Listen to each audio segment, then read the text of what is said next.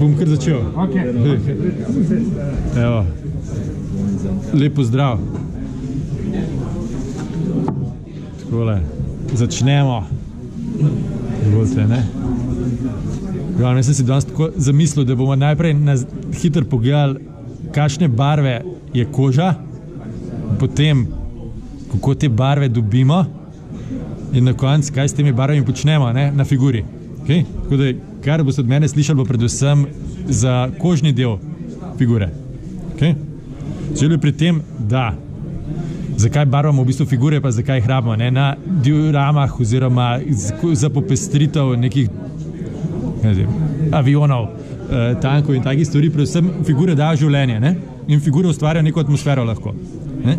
Odvisno od tega, kakšno atmosfero si zamislili, take bodo tudi figure. Se pravi, če bomo delali neko Stalingradsko bitko, verjetno ne bojo zagoreli obrazi, in če bomo delali nekaj, kar je v Afriki, verjetno ne bo čez zeleni, ker smo sredi januarja. Okay? In temu primerno moramo tudi zbrati barve, s katerimi se bomo ukvarjali. Ne? Druga stvar, ki nas sekira pri figurah, je pa to, da je koža malo prosojna. Ne? Da vidimo čez njo razne žilce, take stvari, in da obraz niti približno ni povsod enake barve. Ne? Da imamo območja, ki se zelo, zelo razlikujejo po barvi. Če pogledate neke take klasične primere iz zgodovine umetnosti, kako je Dürer naredil ali pa Rembrandt, taki, ne? Zakaj njihovi portreti izgledajo veliko bolj živi kot portreti tega, kar je prej nastajalo? To je zato, ker so veliko bolj obvladali barve. Ne? Se pravi, življenje v figuro prinesemo z pravilnim izborom barv. Okay? Kaj zdaj stup? Kako dobimo barvo? Ne? Lahko svojo sliko date v računalnik, prejte Photoshop, pa probate, kakšna barva je tlele, kakšna barva je tlele, boste videli, da je to zelo velik razpon nekih barv. Ne? Te barve lahko namešate, lahko pa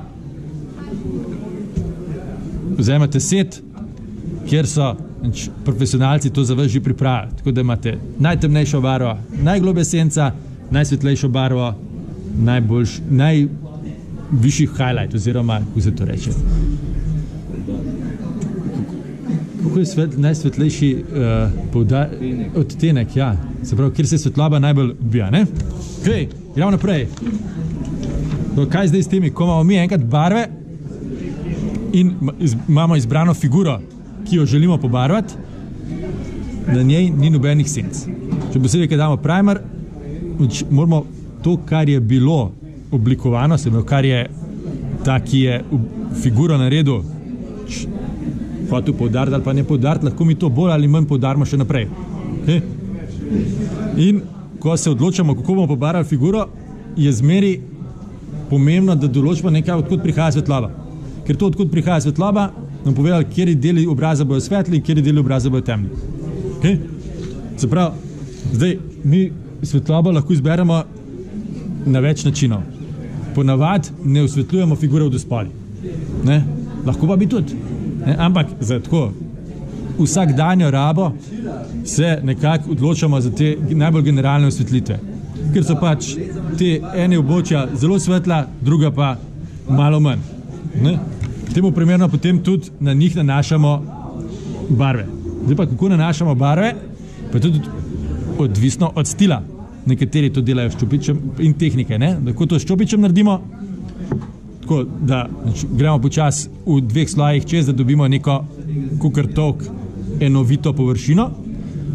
Lahko pa vzamemo airbrush, pobarvamo najprej s temeljno barvo, potem pa pod nekim kotom, od katerega prihaja svetloba, z airbrushom zelo dobro definiramo svetla in temna območja. Ne? To.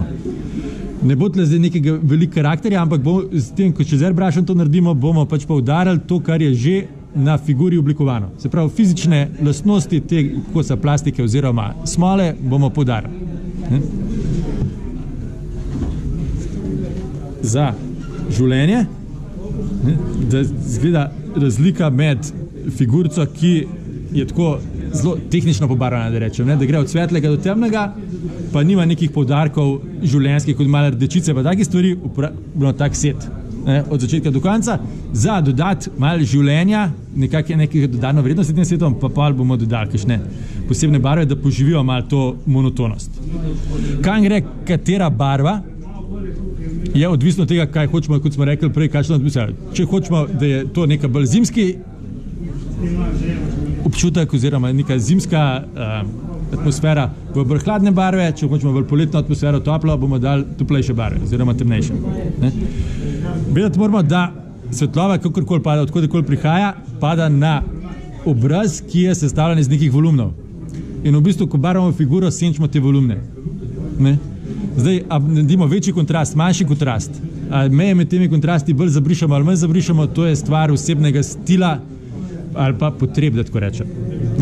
V nekem majhnem merilu ni treba, da je to zelo gladko speljana tranzicija med eno in drugo barvo, medtem ko v teh večjih merilih, predvsem od 1:16 naprej, je zaželeno, da ni preveč impresionistična zadeva, ampak da je malo tako bolj klasična.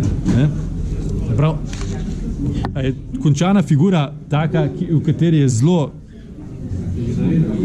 mehak prehod med barvami, ali se ustavite nekje prej, v eni umestni fazi, to je pač odvisno, kaj želite s to figuro doseči, pa koliko je to pomembno. Ni noben od teh pravilna niti narobe. To je pač, kakor si kdo želi. Predvsem je važno pri teh vseh stvarih, da čim bolj uživate. To ne pozabite. To delamo za sprostitev, hec in za zmago na tekmovanju. Če boste delali za zmago na tekmovanju, brez veze. Delajte tako, da bo vam všeč, pa da se boste dobro imeli, pa ne probati kopirati enega stila od nekoga, ki je zmagal, zato da boste vi drugi teden zmagali, ampak kraj naredite tako, ki je vam všeč. To je to. Zdaj, kot smo rekli, barve zberemo, mi bomo tle zdaj probali kar iz seta. Se pravi, set je sestavljen iz kar zelo močnega razpona od temne proti svetli, zmenjujejo se barve, ki so zelo rdečkaste, da je neki taki okri, ki so pač nekje med toplim in hladnim. Katere barve kam sodijo, smo rekli, odvisno od osebne preference. Te zelo temno, rjavo, rdeče so res minimalno zastopane na obrazu. To so res najglobje sence. Tako da jaz rad začnem z najtemnejšo barvo, zato ker tudi črno primam. Se pravi, v temeljni sloj je pri meni črn in potem grem proti svetlemu. To je taka italijanska šola. Španska šola je, da začneš na sredini in greš potem v temno in v svetlo stran. Zdaj, spet, kaj je boljš, kaj ni boljš, kakor vam paše bolj. Kakor vam je lažji, kakor bolj, ker v bistvu vas bolj pritegne. Jaz pri teh figuri, recimo, kako se to vidi, tukaj sem na te volumne, ki so na obrazu, nanesel te barve v bistvu set od najtemnejše do pred najsvetlejše, se pravi najsvetlejšega highlighta ni. Najsvetlejše je res samo poudarek tam, kjer se odbija svetloba, tako rečem. V bistvu ni barva na obrazu, ampak je barva odboja svetlobe. Če razumete, kaj hočem reči.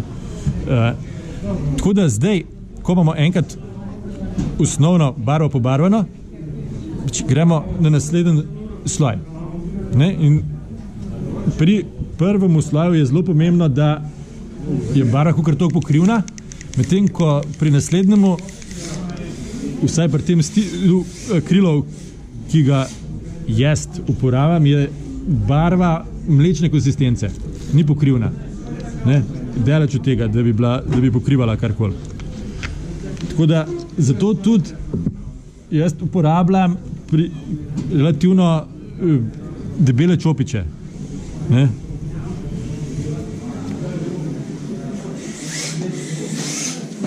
Tako da, se vidi.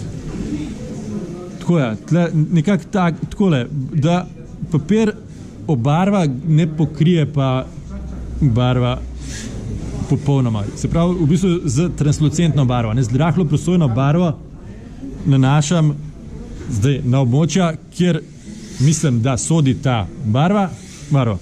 In ne pričakujem, da bo zdaj veliko svetlejši ta del, ki ga pobarvam. Pač treba sloj na sloj na sloj. Prav, jaz bom začel tle in tle v bistvu v tem trenutku tako rekoč ni nekega efekta barve. Ne?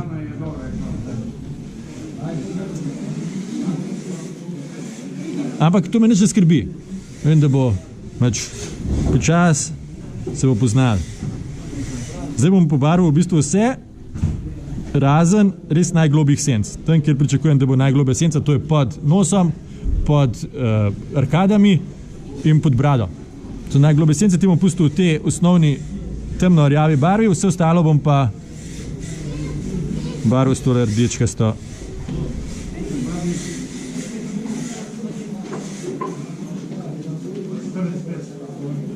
Tudi ni potrebno, da sem nekaj preveč natančen. Bomo tole malo pospešali. Fin prav pride. Veliko hitreje. Ja. Ker mora biti akril suh, drugače se bo začel svalkati, ne? Nič niste naredili, če...